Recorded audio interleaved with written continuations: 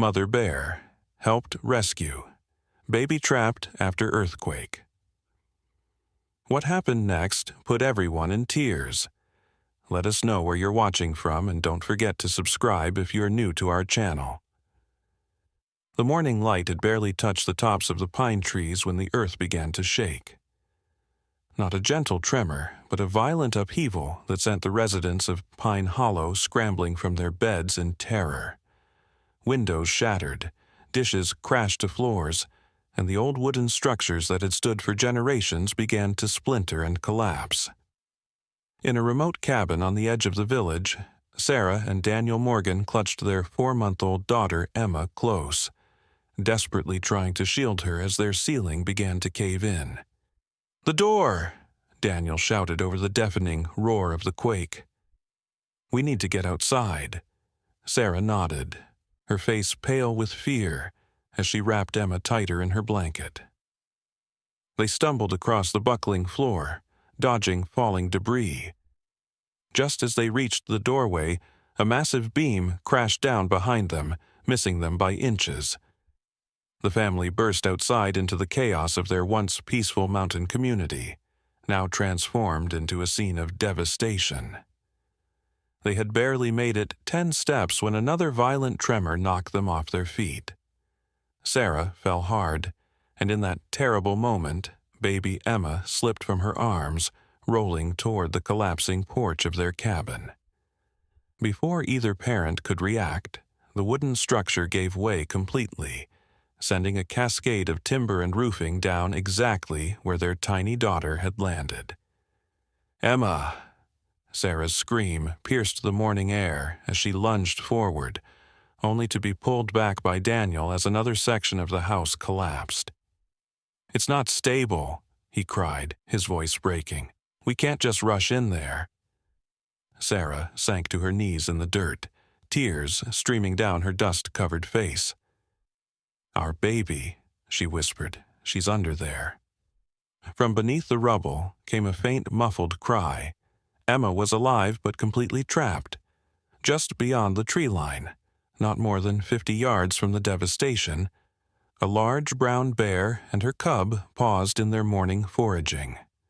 The mother bear's ears perked up, her sensitive hearing picking up sounds that did not belong in her forest: the rumble of the earth, the crash of falling structures, the cries of frightened humans. But something else caught her attention, something that made her head tilt with an almost human-like expression of concern: the faint, desperate cries of a baby. The bear's cub nuzzled against her leg, confused by his mother's sudden alertness. In any other circumstance, the mother bear would have guided her young one deeper into the forest, away from human presence. Instead, she took a hesitant step toward the village, her nose twitching as she scented the air. The cub followed, mimicking his mother's cautious movements. Meanwhile, the villagers who could still move were frantically trying to organize rescue efforts. Daniel had run to find help, leaving Sarah huddled near the rubble, talking softly to Emma, desperately trying to keep her calm with the sound of her voice. "Help is coming, sweetie," she called, her words barely audible through her tears. "Mommy's right here. Stay strong for Mommy." But as minutes stretched on with no sign of Daniel returning with help, Emma's cries began to grow weaker. Sarah felt her heart constricting with fear. The baby was so small, so fragile. How long could she survive under the weight of the collapsed porch? It was then that Sarah caught movement from the corner of her eye. Turning her head, she froze in absolute terror. Walking purposefully toward the ruins of her home was a massive brown bear with a small cub trailing behind. Sarah wanted to scream, to run, to do something, but fear paralyzed her completely. All she could do was watch as the mother bear approached the very spot where her baby lay trapped. The bear stopped at the edge of the rubble, her powerful nose working overtime as she sniffed at the debris. Then, to Sarah's astonishment, the animal began to paw carefully at the wreckage. Not wildly or destructively, but with surprising gentleness, as if she understood something fragile lay beneath. The cub watched curiously, occasionally mimicking his mother's movements but mostly staying clear of the larger pieces of wood and stone. Sarah remained frozen, torn between her instinctive fear of the wild predator and a growing, impossible hope. Because with each careful movement of the bear's massive paws, more debris shifted away from where Emma's cries originated. In the distance, she could hear voices approaching, Daniel returning with help. But would they arrive in time? And what would they do when they saw a wild bear digging through the rubble where a human baby lay trapped? Sarah held her breath as the mother bear dislodged a large beam, revealing a small hollow space beneath. And within it, wrapped in her now dirty pink blanket, lay baby Emma, her tiny face red from crying, but miraculously unharmed. The bear made a soft huffing sound, almost like a sigh of relief. With incredible delicacy, she used her claws to widen the opening, creating a path to the trapped infant. Sarah watched, her heart pounding so loudly she was sure the bear must hear it, as the massive creature lowered her head toward her vulnerable child. But instead of the horror Sarah expected, the mother bear gently nuzzled the baby, then carefully worked her snout under Emma's tiny body.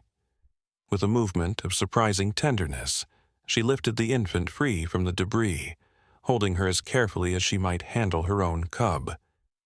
Emma's cries quieted almost immediately. Tears streamed freely down Sarah's dust-covered face. She couldn't move, couldn't breathe, couldn't process what she was witnessing. The mother bear stood still, holding Emma gently in her jaws, not by the flesh but by the blanket wrapped around her. Their eyes met across the rubble, mother to mother. And in that moment, Sarah felt something profound pass between them, a connection that transcended species. Then came the sound of running footsteps and shocked exclamations as Daniel returned with a group of villagers. They froze at the edge of the clearing, taking in the impossible scene before them. The mother bear, seeming to understand that help had arrived, gently placed Emma on a patch of soft grass, clear of any debris. She backed away slowly, her cub following close behind. "Don't move," someone whispered urgently. "Bears are unpredictable. If we spook her—" But Sarah was already moving, crawling forward across the uneven ground toward her baby. The bear watched, making no aggressive moves, only a soft huffing sound, as the human mother reached her child and gathered her close, sobbing with relief. "She saved her," Sarah whispered, looking up at the circle of stunned faces. "The bear saved our baby." The bear and her cub lingered for just a moment longer. The mother animal made one more soft sound, almost like a goodbye, before turning and ambling back toward the forest, her curious cub close at her heels. The villagers watched in silent awe as the unlikely hero disappeared among the trees, leaving behind a story that none of them would ever forget. A story of compassion that knew no boundaries. As Sarah held Emma close, checking her for injuries and finding only minor scrapes, Daniel knelt beside them, wrapping his arms around his family. "It's a miracle," he whispered, his voice thick with emotion. But Sarah shook her head, her eyes still fixed on the spot where the bear had vanished. "Not a miracle," she said softly, "a mother's love. It seems that speaks a universal language." The villagers gathered around the reunited family, many wiping tears from their eyes. In the midst of tragedy and destruction, they had witnessed something that defied explanation, something that would change how they viewed the world and their place in it forever. And deep in the forest, a mother bear nuzzled her cub affectionately, continuing their morning forage as if nothing extraordinary had happened at all, unaware that her simple act of compassion had forever tied two very different families together in a bond that transcended nature itself. In the days that followed, the small community of Pine Hollow began the painful process of rebuilding. The earthquake had claimed 3 lives, destroyed nearly half the homes, and left deep scars in both the landscape and the hearts of survivors. But amid the rubble and grief, the story of Emma's miraculous rescue spread from person to person, becoming a beacon of hope that lifted spirits and strengthened resolve. Sarah couldn't stop thinking about the bear. She would wake in the middle of the night, the image of those intelligent eyes looking into hers still vivid in her mind. Sometimes she would sit by the makeshift tent where they now lived, holding Emma close while staring at the tree line, wondering if the bear was out there, if she ever thought about the human baby she had saved. "You're looking for her again, aren't you?" Daniel asked one evening, settling beside his wife with a cup of weak coffee. They had salvaged what they could from their destroyed home and were waiting for help from the emergency services that had finally reached their remote community. "I can't help it," Sarah admitted, adjusting Emma in her arms. The baby was sleeping peacefully, showing no signs of trauma from her ordeal. "Every time I close my eyes, I see her. The way she looked at me, Daniel. It wasn't like looking at an animal. There was understanding there." Daniel put his arm around her shoulders. "The forest ranger says bears are extremely protective mothers. Maybe she heard Emma crying and somehow, I don't know, recognized another mother's distress." "It was more than that," Sarah insisted. "She could have easily hurt Emma, even accidentally, but she was so gentle, so careful. She knew exactly what she was doing." She looked down at their sleeping daughter. "I keep thinking about her cub. What if it had been trapped instead? Would I have had the courage to help?" Daniel didn't answer immediately, considering the question seriously. "I'd like to think any of us would, but fear makes people do strange things." He sighed, looking out at the darkening forest. "The ranger also said they're going to set up monitoring stations. They want to tag the bear if they can find her." "Tag her? Why?" Sarah tensed, instinctively holding Emma tighter. Standard procedure, apparently. A bear that approaches human settlements is considered a potential risk. "But she wasn't aggressive. She saved our daughter," Sarah protested, her voice rising enough to make Emma stir in her sleep. Daniel gently squeezed her shoulder. I know. I told them that. But they said bears that lose their natural fear of humans can become problems later. They're just being cautious." Sarah fell silent, a knot of anxiety forming in her stomach. The idea that the bear might be treated as a threat because of her compassionate act seemed profoundly unfair. She made a decision then, though she didn't share it with Daniel just yet. Somehow, she would find a way to protect the bear that had protected her child. The opportunity came sooner than she expected. The next morning, as volunteers distributed supplies and workers cleared debris, a Forest Service truck pulled into what remained of the village square. 2 uniformed rangers stepped out, carrying equipment that Sarah recognized as tracking gear. "They're going to start setting up wildlife cameras," Daniel explained when he saw her watching, "to monitor for the bear." Sarah nodded, then handed Emma to him. "Can you watch her for a bit? I want to help Mrs. Lawson sort through the donations." It wasn't entirely a lie. The elderly woman could use the assistance, but Sarah had other plans first. She approached the rangers as they unloaded their gear. "Excuse me," she said politely.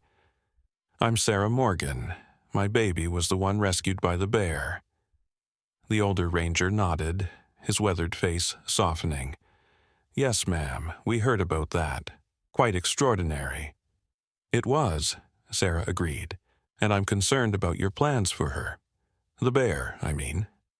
The younger ranger exchanged a glance with his colleague. "Ma'am, we understand your feelings, but Our job is to ensure the safety of both the community and the wildlife. A bear that approaches humans." "She didn't just approach humans," Sarah interrupted, her voice firmer than she intended. "She saved my daughter's life when no one else could reach her. She showed more compassion than many people would have." The older ranger sighed, setting down the equipment case he was holding. "Mrs. Morgan, I've been working these woods for nearly 30 years. I've seen bears that seemed peaceful suddenly attack when they felt threatened. Your experience was unusual, to say the least. But we can't take chances, especially with a mother and cub."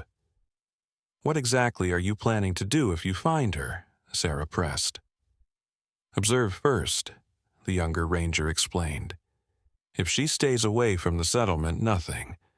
But if she keeps coming close, we'd tranquilize her, tag her for monitoring, and possibly relocate her and the cub if necessary." Sarah felt a wave of protectiveness surge through her. "The only reason she came near our homes was to help. She left immediately after. Doesn't that count for something?" Before either ranger could respond, a commotion arose from the far side of the clearing. People were pointing toward the tree line, voices raised in alarm. Sarah turned and felt her heart skip a beat. Standing at the edge of the forest, clearly visible but keeping her distance, was the mother bear. Her cub peeked out from behind her massive form, curious but cautious. "That's her," Sarah whispered, recognizing the distinctive white patch on the bear's chest. The rangers were already reaching for their rifles. Tranquilizer guns, Sarah hoped, but she couldn't be sure. Several men from the village were also moving forward, some carrying tools that could easily become weapons. "Wait." Sarah moved without thinking, placing herself between the villagers and the bear. "Please, everyone stay back. She's not here to hurt anyone." "Mrs. Morgan, step away," the older ranger called, his voice tense. "That's a wild animal with her cub. There's nothing more unpredictable." But Sarah stood her ground, heart pounding. "She saved my child. I won't let you hurt her for it." To everyone's amazement, the bear made no aggressive moves. She remained at the forest's edge, watching the humans with what Sarah could only describe as intelligent curiosity. The cub stayed close to its mother, occasionally standing on hind legs to get a better view before dropping back to all fours. Slowly, carefully, Sarah took a step toward the bear, ignoring the gasps and warnings from behind her. "Sarah," Daniel's voice cut through the tension. "What are you doing?" She didn't turn around. "It's okay," she called back softly.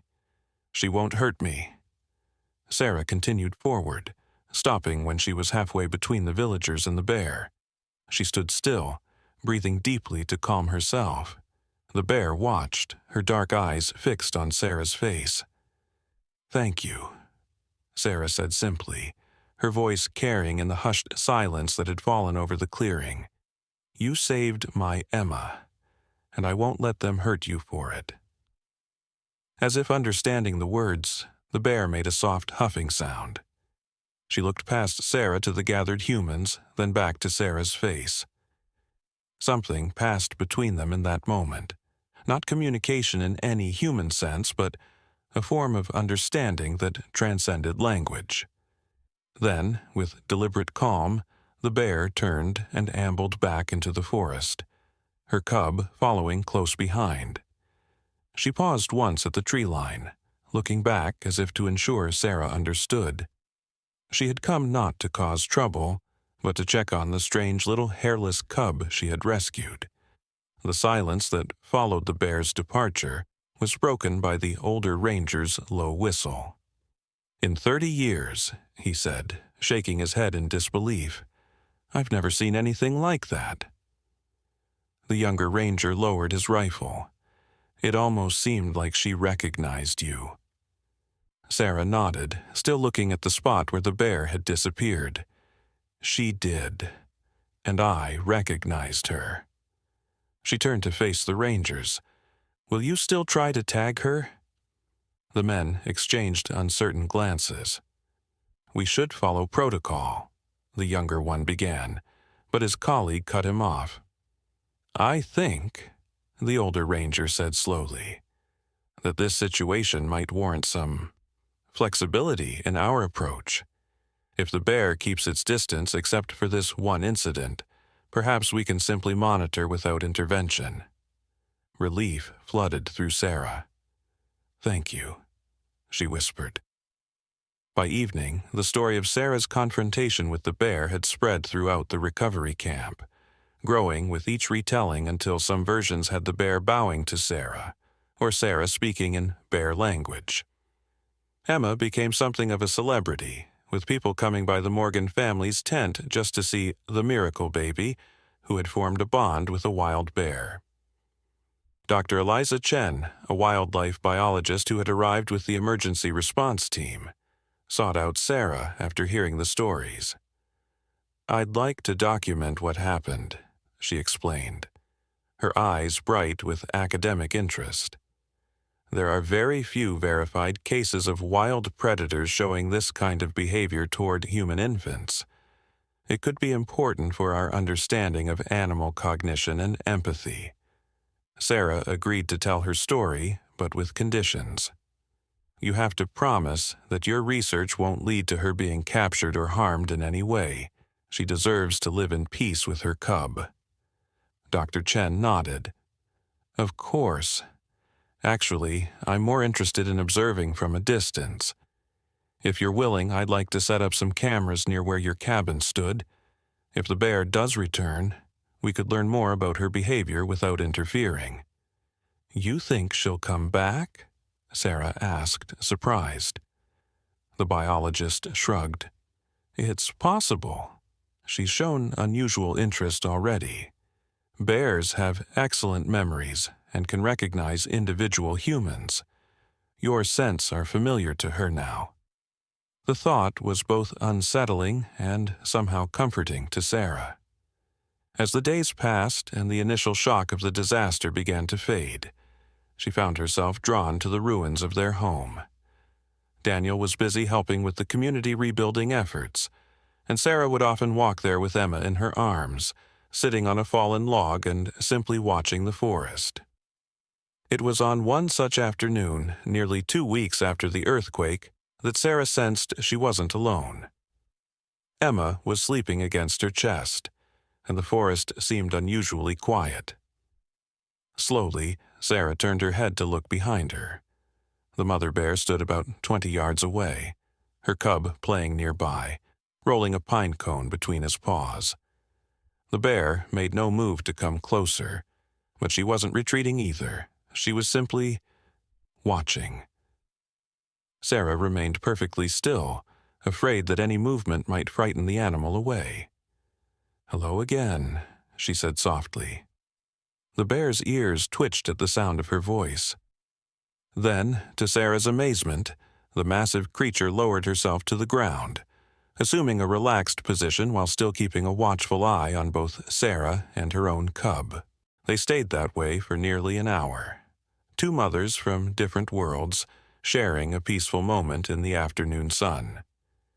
When Emma woke and began to fuss, the bear lifted her head, alert but not alarmed. Sarah soothed the baby, speaking in gentle tones, aware of the bear observing the interaction with evident interest. Before Sarah left, she looked directly at the bear and said, "I'll come back tomorrow if you'd like." She felt slightly foolish speaking to a wild animal as if it could understand, yet something told her that on some level, it did. True to her word, Sarah returned the next day, and the next. Not always at the same time, but always to the same spot. Sometimes the bear would be waiting. Other times she would appear silently from among the trees. Always, she kept a respectful distance, never approaching too closely, but never showing fear either. The cub grew more adventurous with each visit, sometimes venturing halfway toward Sarah before its mother would huff a warning call. Dr. Chen was ecstatic when Sarah finally told her about these meetings. "This is unprecedented," the biologist explained, her words tumbling out in excitement. "A sustained, peaceful interaction between a wild bear and a human, especially involving an infant. I need to document this. Would you allow me to observe from a blind? I promise I won't interfere." Sarah hesitated but eventually agreed, with the understanding that no one else would be told about the meetings just yet. She wasn't ready to share this special connection with the wider world. As summer waned into autumn, a strange routine developed.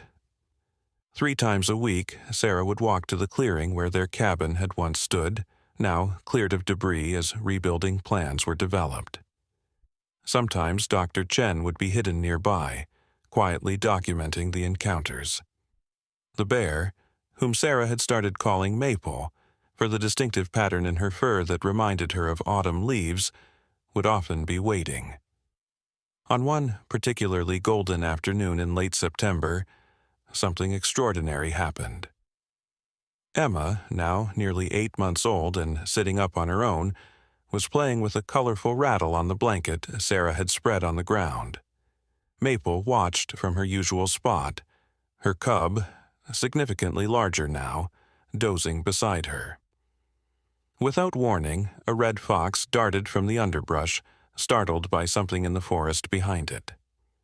The sudden movement and appearance of a new animal caused Emma to let out a surprised cry. Before Sarah could even react, Maple was on her feet, her posture not threatening but protective as she positioned herself between the fox and the humans.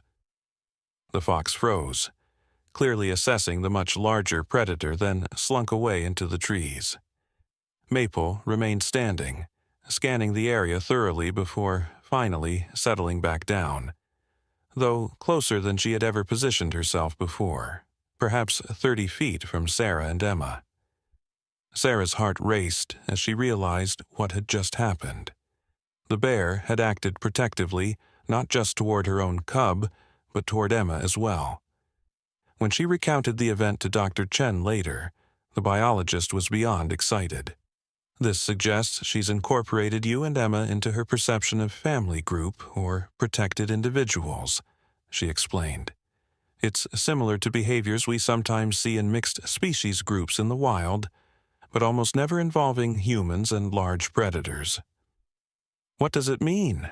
Sarah asked, both awed and slightly worried by the implications. Dr. Chen removed her glasses, cleaning them thoughtfully before replying.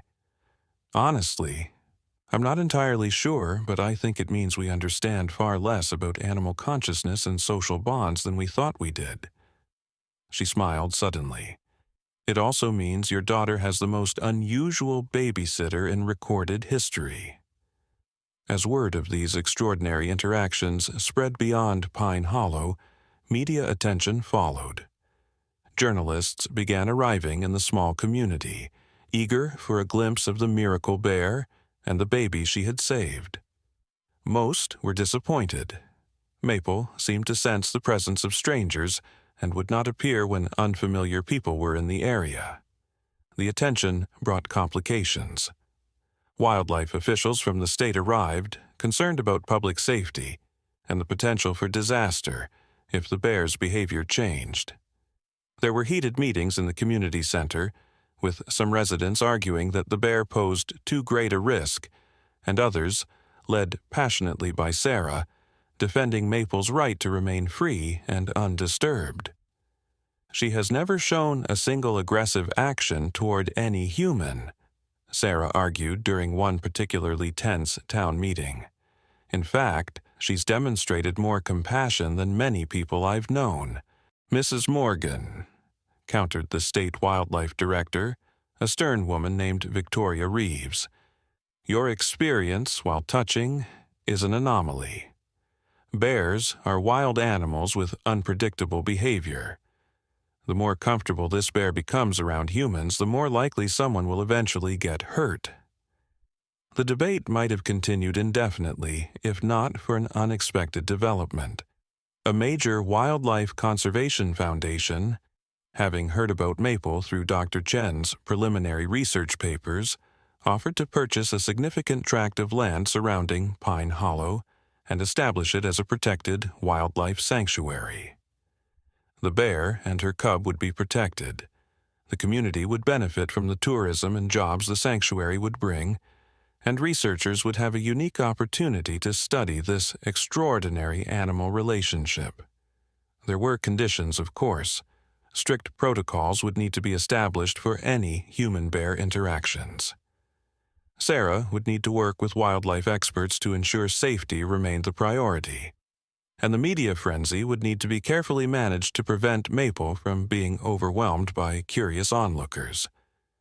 But as winter approached and the details were being finalized, Sarah couldn't help feeling that something miraculous had emerged from the tragedy of the earthquake. Standing once again at the edge of the clearing, Emma bundled warmly against the November chill in her arms. She watched Maple and her now nearly grown cub foraging for the last autumn berries. "You changed everything," Sarah said softly, not sure if she was speaking to the bear or to Emma, or perhaps to some greater force that had brought them together in such unlikely circumstances. "You showed us that compassion exists everywhere if we're willing to see it." As if hearing her words, Maple looked up, her dark eyes meeting Sarah's across the clearing. In that moment of connection, Sarah felt she understood something profound about the world and their place in it. Something about the thin lines that separate species, about the universal language of motherhood, and about the extraordinary capacity for kindness that exists in the most unexpected places. The bear huffed softly, a sound Sarah had come to recognize as greeting or acknowledgement. Then she turned, nudging her cub gently, and together they ambled deeper into the forest that would now forever be their protected home. Daniel joined Sarah, wrapping an arm around her shoulders as they watched the bears disappear among the trees. "The foundation called," he said quietly. "Everything's been approved. Construction on the visitor center starts in spring." Sarah nodded, leaning into his embrace. "Do you think we're doing the right thing? All this attention, the sanctuary. Sometimes I worry we're changing her life too much." "Her life changed the moment she decided to dig our daughter out of the rubble," Daniel pointed out. "Just like ours did.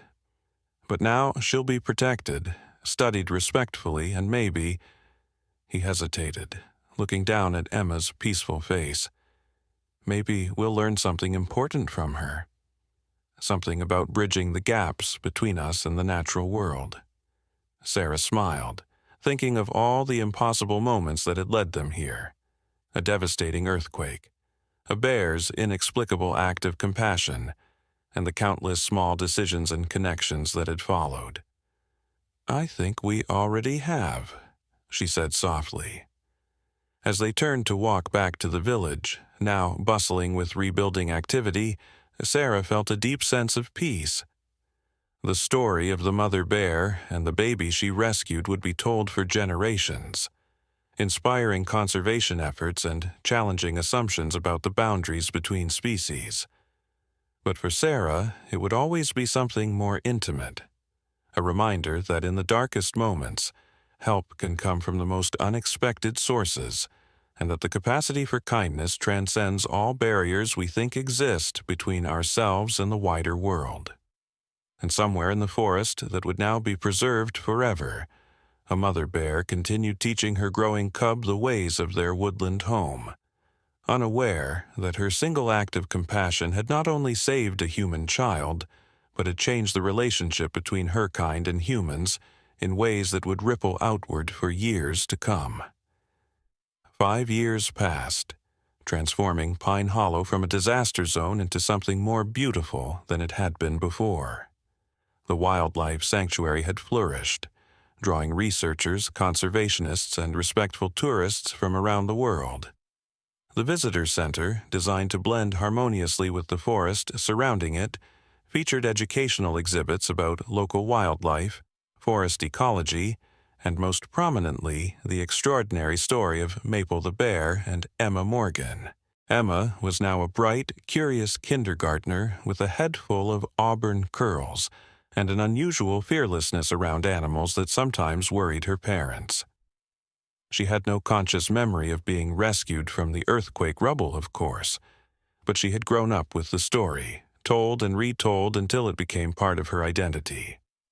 In her bedroom hung a painting by a local artist depicting a mother bear gently carrying a baby wrapped in a pink blanket. It was the first thing she saw each morning when she woke. "Can we go see Maple today?" Emma asked one Saturday morning in early spring, as she did almost every weekend. She was coloring a picture of a bear family at the kitchen table while Sarah prepared breakfast.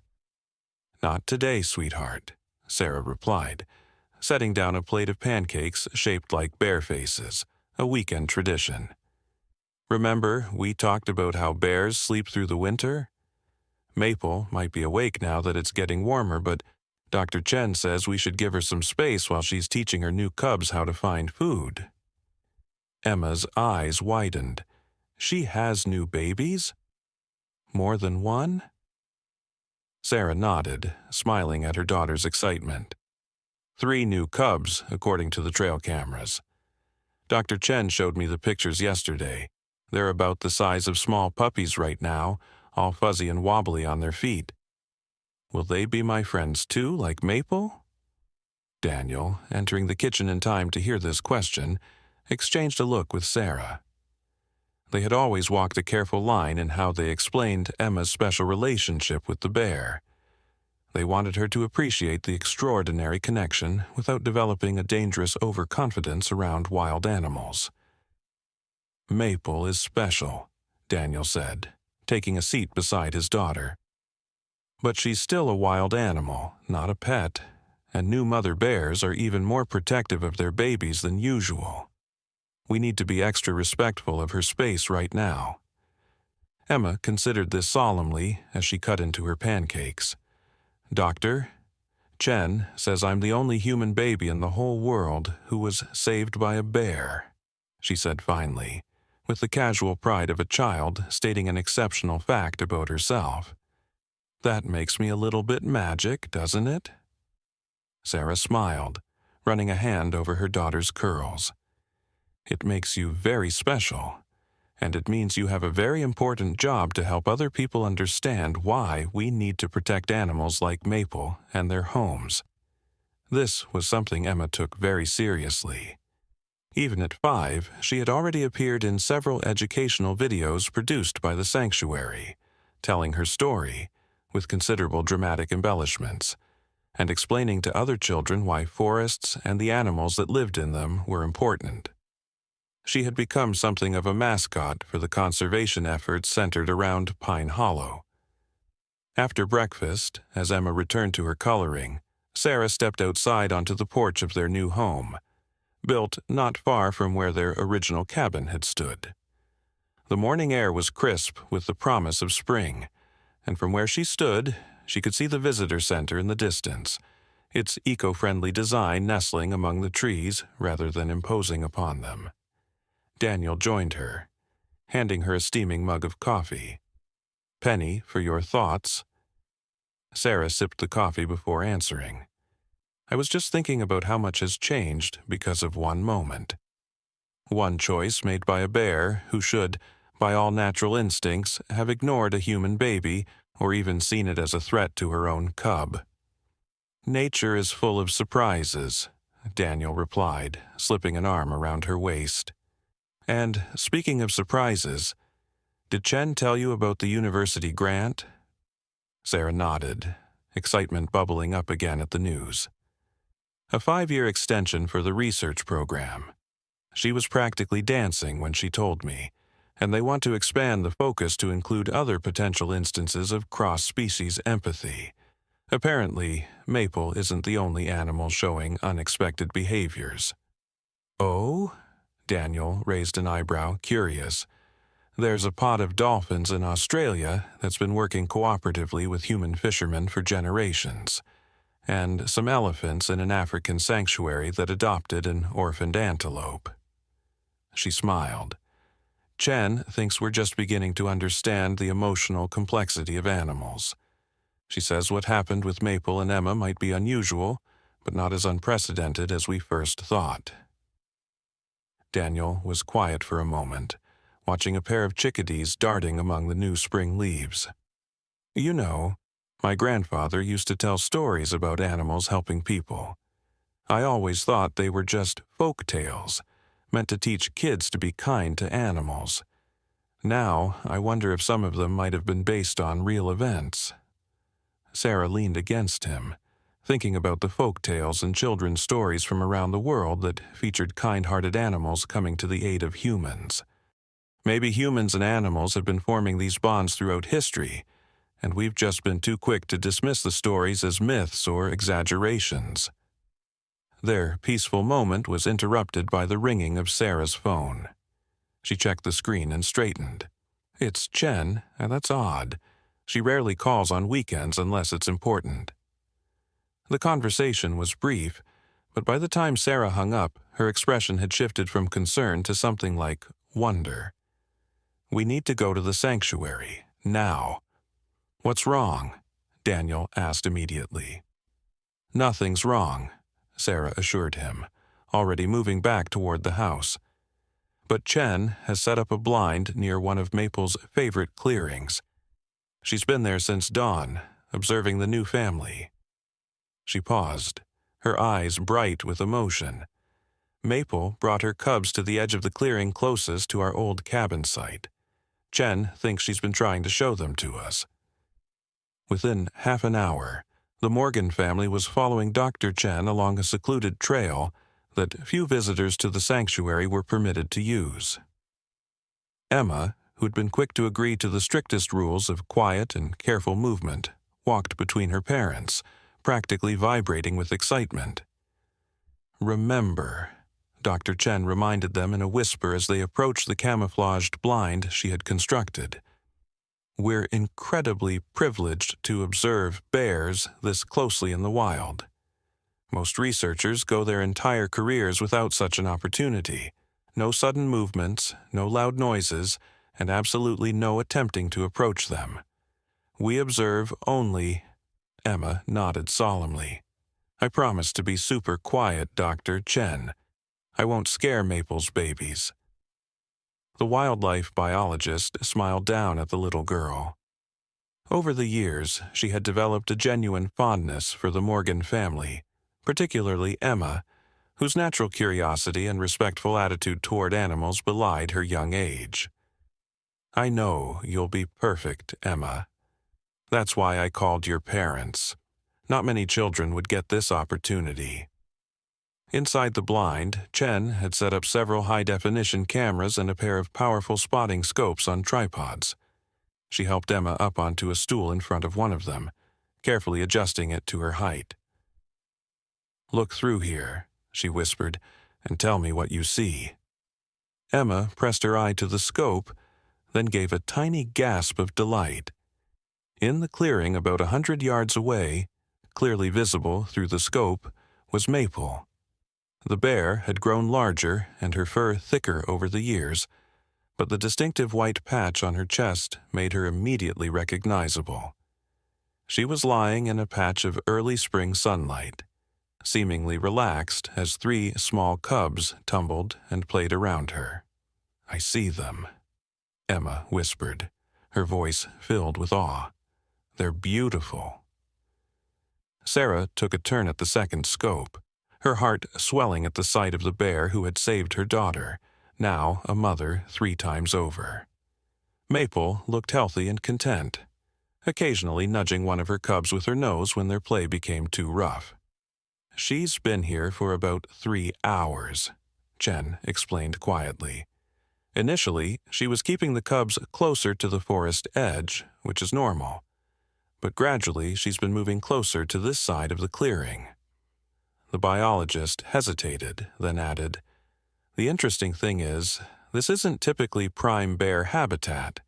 There are better feeding grounds to the north, but Maple consistently brings her cubs to this particular area. It's close to where our cabin was, Sarah noted, where she found Emma. Chen nodded. Exactly. Bears have excellent spatial memory and can remember feeding sights years later. But this goes beyond that. She appears to be deliberately bringing her offspring to a location with significant history. Daniel, who had been quietly observing, asked, "Is it possible she's trying to teach them something about humans? About coexistence?" "It's not as far-fetched as it sounds," Chen replied. "We know bear cubs learn complex behaviors from their mothers, including which foods are safe, which areas to avoid, and how to interact with other species. In areas where bears and humans have coexisted peacefully for generations, bears often show less fear and more tolerance of human presence." As they watched, one of the cubs, slightly larger than the others, and with a distinctive dark patch around one eye, broke away from the playgroup and took a few tentative steps toward the blind. Maple immediately raised her head, alert but not alarmed. The cub continued its curious exploration for a few more steps before Maple made a soft huffing sound. Immediately, the cub turned and scampered back to its mother. "She's setting boundaries," Chen whispered, "teaching them where it's safe to explore and where they should be cautious." Emma, who had been watching intently, whispered, "She remembers me, doesn't she? That's why she comes here." The adults exchanged glances. It was a complex question with no simple answer, especially for a 5-year-old. But before any of them could respond, something extraordinary happened. Maple rose to her feet, gathering her cubs with gentle nudges. Then, facing directly toward the blind as if she knew exactly where they were hidden, she sat back on her haunches in what almost looked like a deliberate pose. The cubs, following their mother's example, sat beside her. For a long moment, the bear family and the human family observed each other across the clearing, separated by distance and species but connected by an inexplicable bond. Then Maple made a soft sound, different from her warning huff, almost like a gentle woof. She rose, nudged her cubs into motion, and with unhurried dignity led them back into the forest. "Did you see that?" Chen whispered, her scientific detachment momentarily forgotten in the face of what they had witnessed. It was almost like she was introducing her family to us, Sarah finished softly. They remained in the blind for another hour, but Maple and her cubs did not return. As they finally made their way back toward the visitor center, Emma walked ahead with Dr. Chen, asking eager questions about the cubs and their development. Sarah and Daniel followed a few paces behind, hands linked. "Do you ever wonder," Sarah asked quietly, "what would have happened if Maple hadn't found Emma that day? If she had just walked past our cabin like any other bear would have?" Daniel squeezed her hand. "I try not to think about it. But I do wonder what made her different. What made her stop and help instead of running away?" "Maybe she's not different," Sarah suggested. "Maybe animals have always had this capacity for compassion, and we've just never given them the opportunity or recognition. Maybe Maple is showing us what's possible when we see beyond our differences." The conversation stayed with Sarah long after they returned home. That evening, after Emma had gone to bed, she sat at her desk in the small home office she shared with Daniel and opened her laptop. For years, she had been collecting stories, testimonials from people around the world who claimed to have experienced extraordinary acts of kindness or protection from wild animals. Most had been dismissed as exaggerations or misinterpretations, just as her own story might have been without the multiple witnesses and Dr. Chen's meticulous documentation. She began typing, as she had done many nights before, but tonight with renewed purpose. The working title of her manuscript glowed on the screen: Compassion Beyond Boundaries, Rethinking Human-Animal Relationships.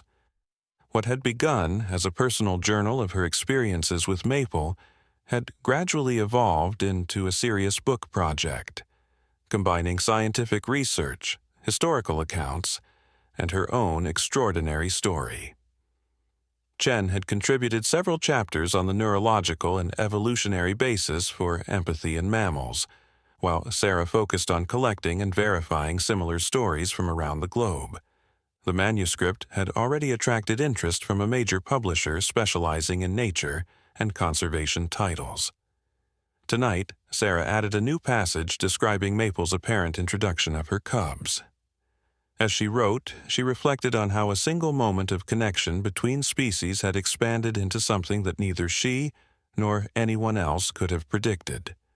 A research center, a sanctuary, a book, and most importantly, a growing understanding that the lines between humans and other animals might be far more permeable than previously thought.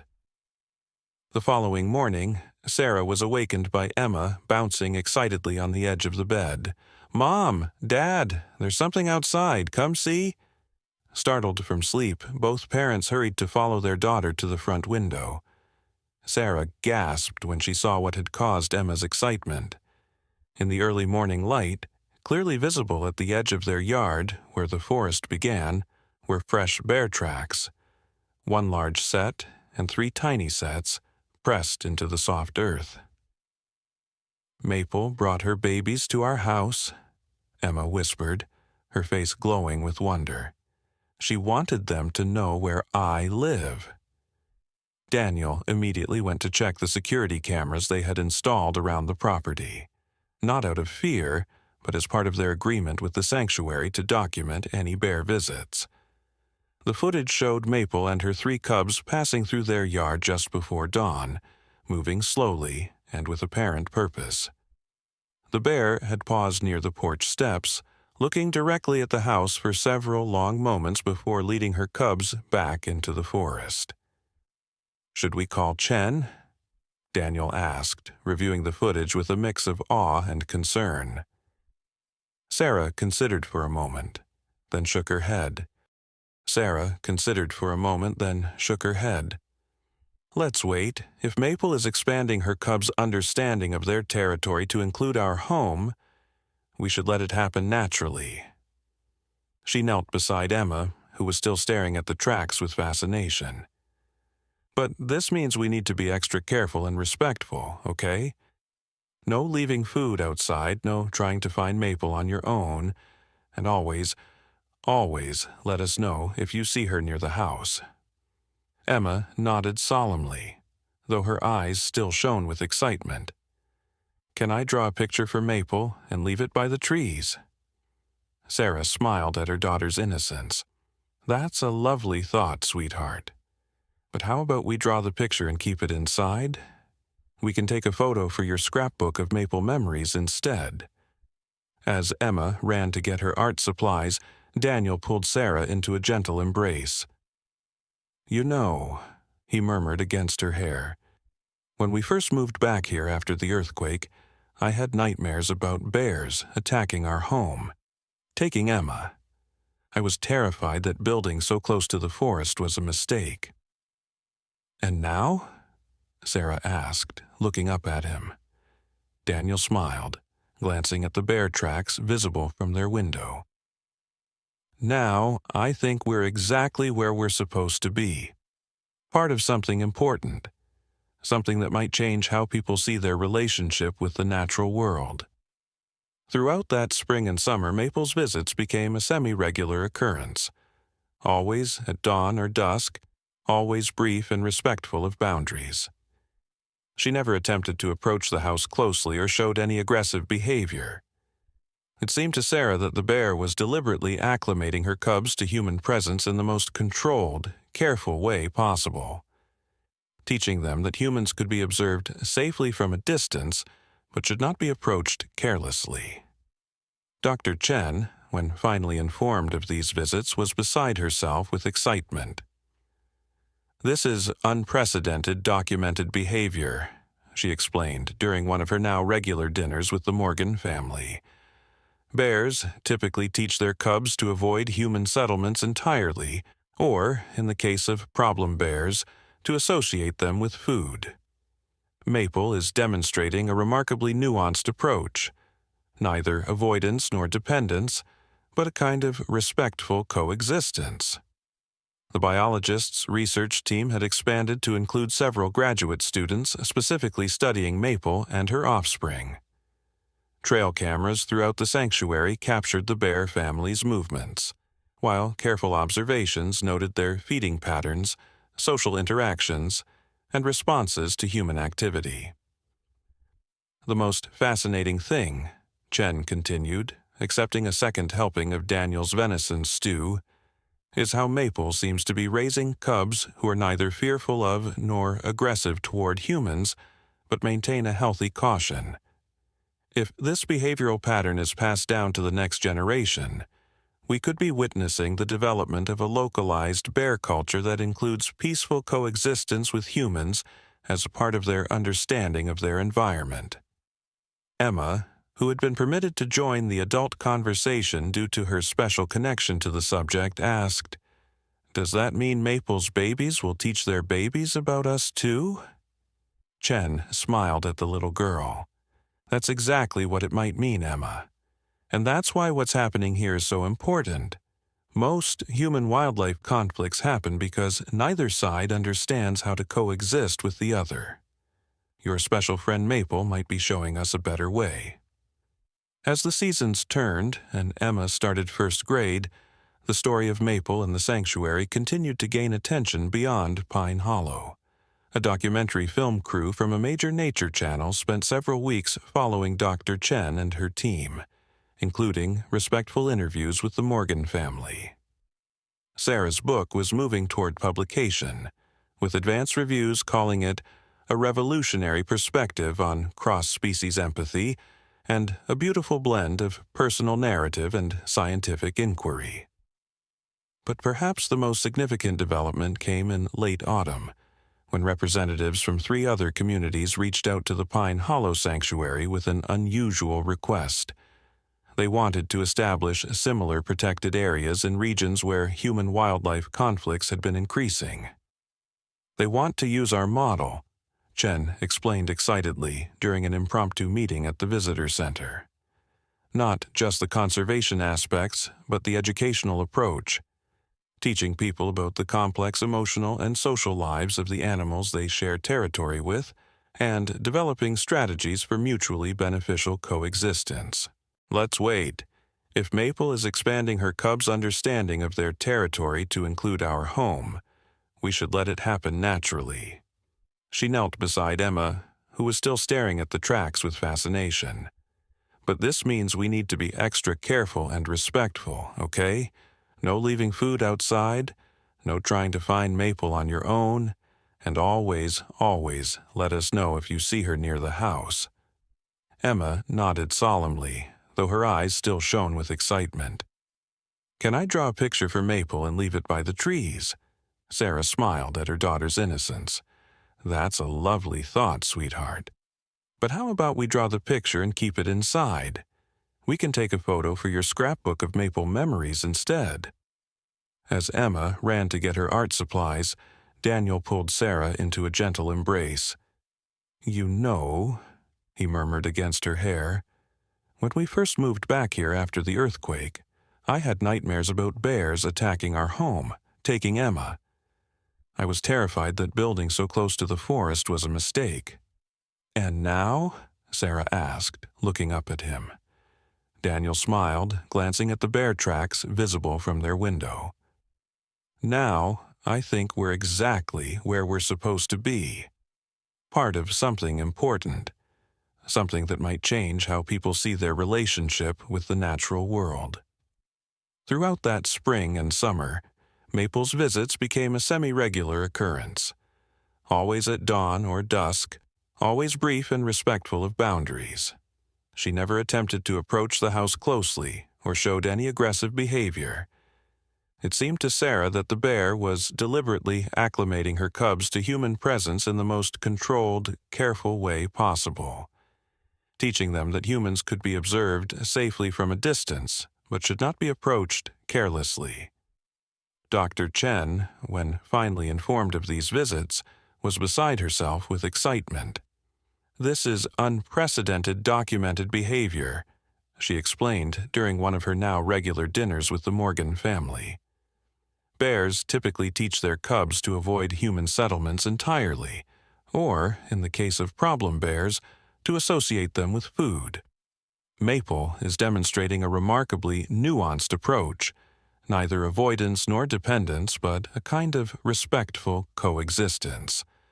The biologist's research team had expanded to include several graduate students specifically studying Maple and her offspring. Trail cameras throughout the sanctuary captured the bear family's movements, while careful observations noted their feeding patterns, social interactions, and responses to human activity.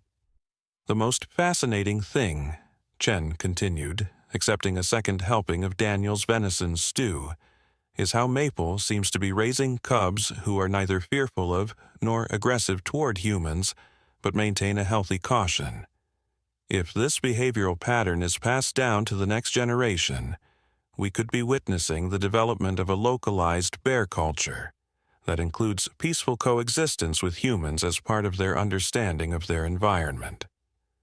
Emma, who had been permitted to join the adult conversation due to her special connection to the subject, asked, "Does that mean Maple's babies will teach their babies about us too?" Chen smiled at the little girl. "That's exactly what it might mean, Emma. And that's why what's happening here is so important. Most human-wildlife conflicts happen because neither side understands how to coexist with the other. Your special friend Maple might be showing us a better way."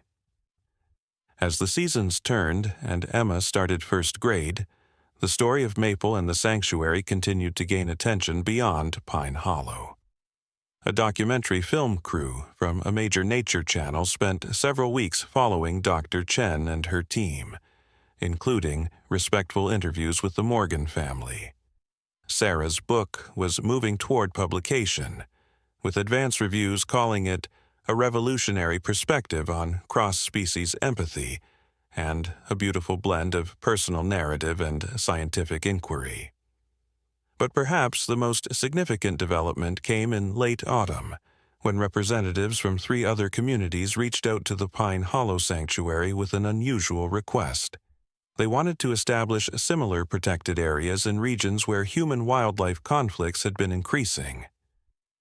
"They want to use our model," Chen explained excitedly during an impromptu meeting at the visitor center. "Not just the conservation aspects, but the educational approach, teaching people about the complex emotional and social lives of the animals they share territory with, and developing strategies for mutually beneficial coexistence."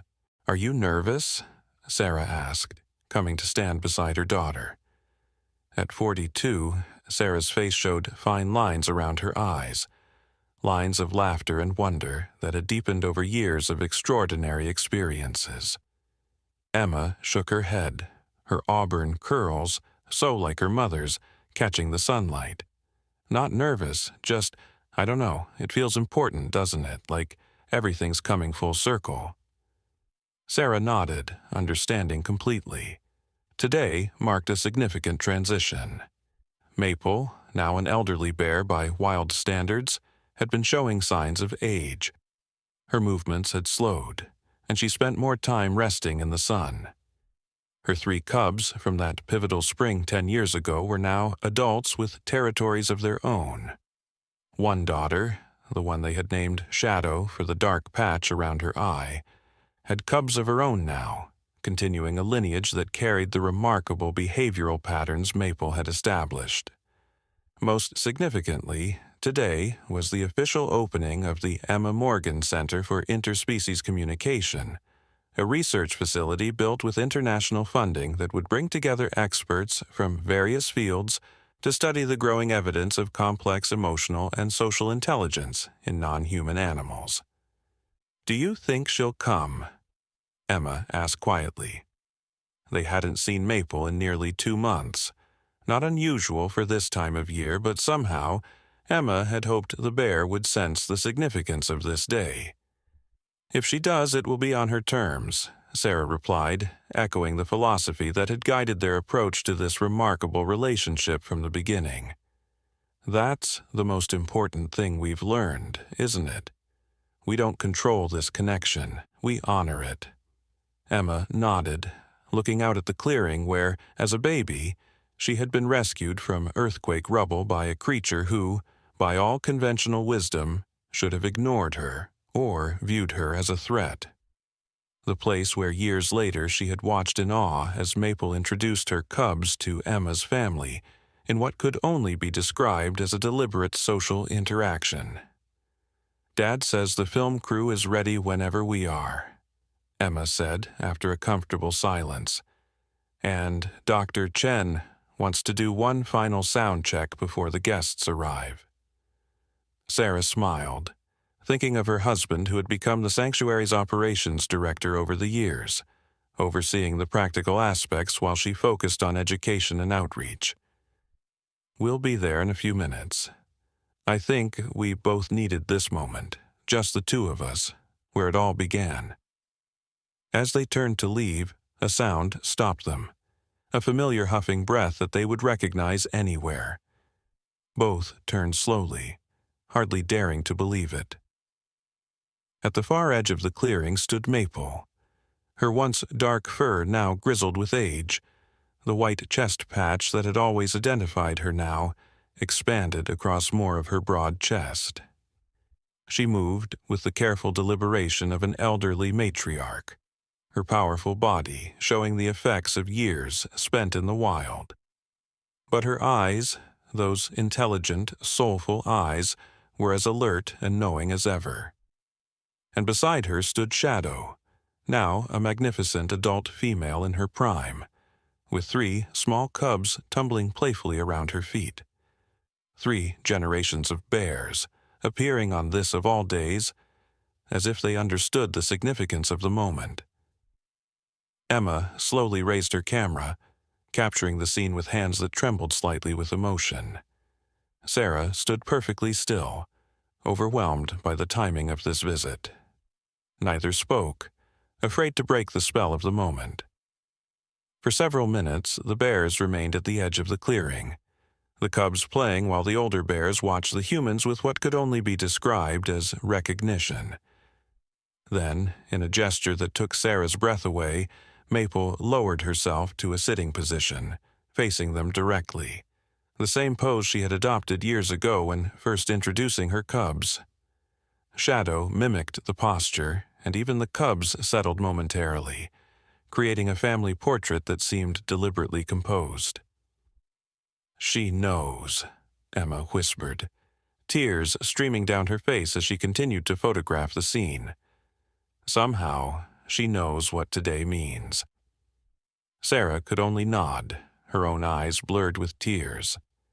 After all these years of scientific observation and documentation, after countless debates with colleagues about anthropomorphism and the dangers of projecting human motivations onto animal behavior, she still found herself confronted with moments like this.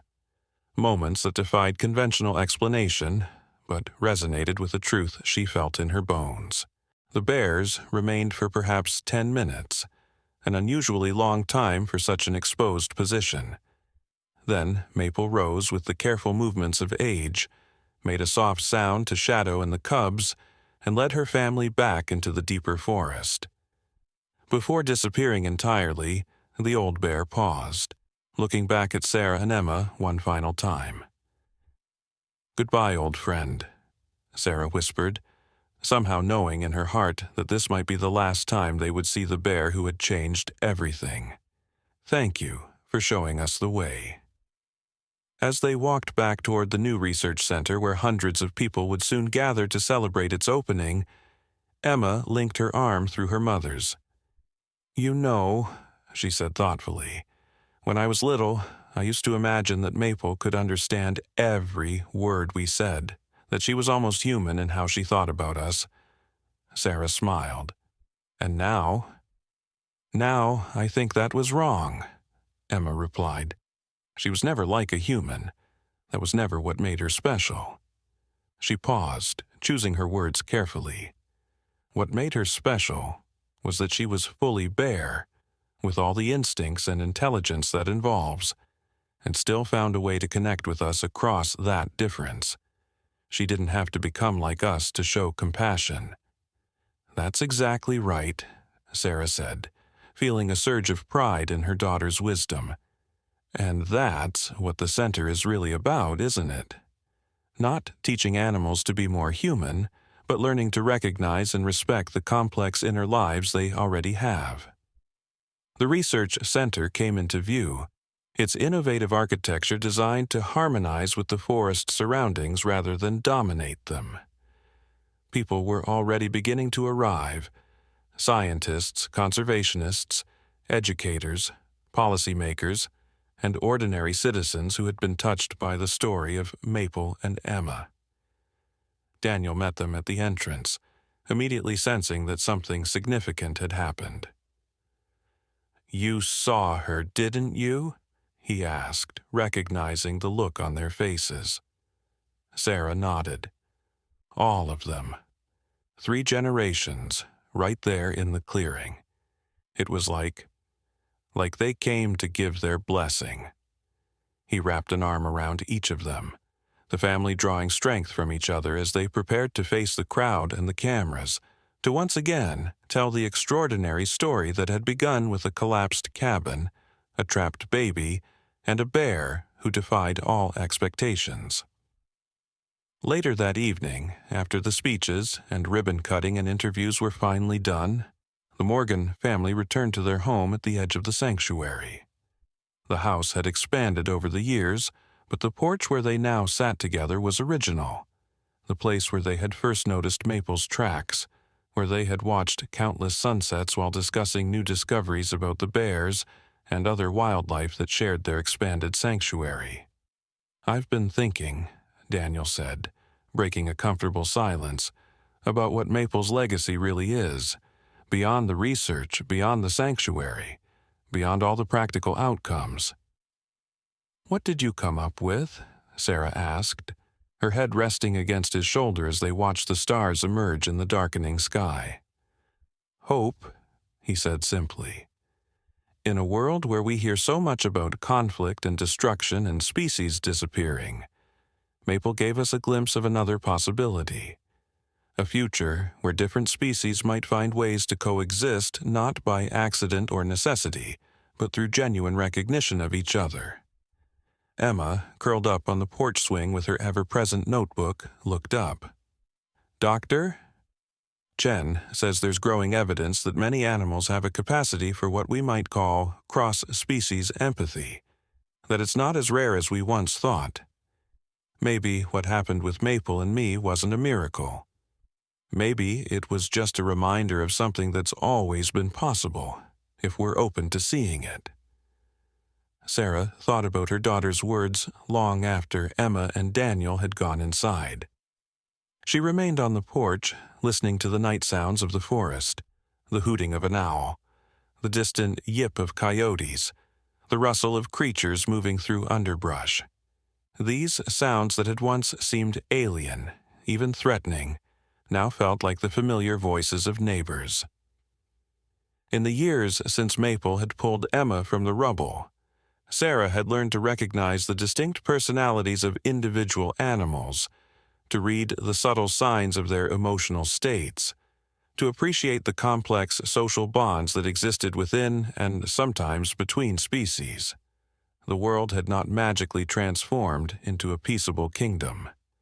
There were still conflicts between humans and wildlife, still habitat destruction and species extinctions and all the challenges that came with sharing a planet under pressure.